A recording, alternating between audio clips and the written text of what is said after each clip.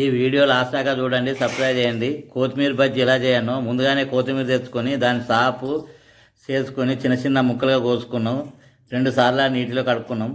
ఇప్పుడు శనగపిండి పోసుకున్నాం, 1 కప్పు వరిపిండి. ఎందుకంటే ఈ కొత్తిమీర బజ్జీకి కరకరలు ఆడాలంటే పిండి కలపాలి. ఇలా వరిపిండి కలపడం వలన బజ్జీకి కరకరలు ఆడుతుంది. 1/2 చెంచా కారపొడి, తగినంత ఉప్పు, 1 చిటికెడు తినే సోడా వేసినాం. ఇప్పుడు ఇందులో కొత్తిమీర వేసుకొని మొత్తం కలుపుకోవాలి. మొత్తం ఇలా పిండిలో ఈ కొత్తిమీర చిన్నగా కోసుకున్నది మొత్తం కలుపుకోవాలి. తగినంత కొంచెం కొంచెం నీరు వేసుకోవాలి, బాగా నీళ్ళు వేసుకోవద్దు. ఎందుకంటే ఇది కొత్తిమీర పచ్చిగా ఉంటుంది కాబట్టి కొంచెమే నీళ్ళు వేసుకోవాలి. ఈ కొత్తిమీర బజ్జీ చేసుకొని తినడం వల్ల రుచికి రుచి ఉంటుంది. ఈ కొత్తిమీర ఆరోగ్యానికి మంచిది. పిండి ఇలా బాగా మెత్తగా పిసుకోవాలి. ఇలా కొత్తిమీర వేసి మెత్తగా పిసుకున్నాం.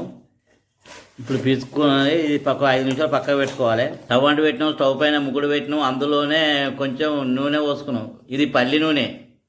ఇలా చిన్న చిన్న ముద్దలు ఇలా చేతితో తీసుకొని కాలే నూనెలో వేసుకోవాలి. పిండి తీసుకోవాలి, చిన్న చిన్న ముద్దలుగా వేసుకోవాలి. ఇలా మొత్తం పిండిని ఇలా చిన్న చిన్న ముద్దలు వేస్తూ ఉండాలి. ఇలా స్టవ్ చిన్న మంట పెట్టుకోవాలి. మధ్య మధ్యన మర్రెత్తూ ఉండాలి, మాడిపోతుంది. గోల్డ్ కలర్ వచ్చేదాకా ఇలా మధ్యన మర్రెస్తూ ఉండాలి వీటిని. ఇప్పుడు ఈ కొత్తిమీర పకోడీ రెడీ అయింది. ఇప్పుడు ఇది మొత్తం కాలింది.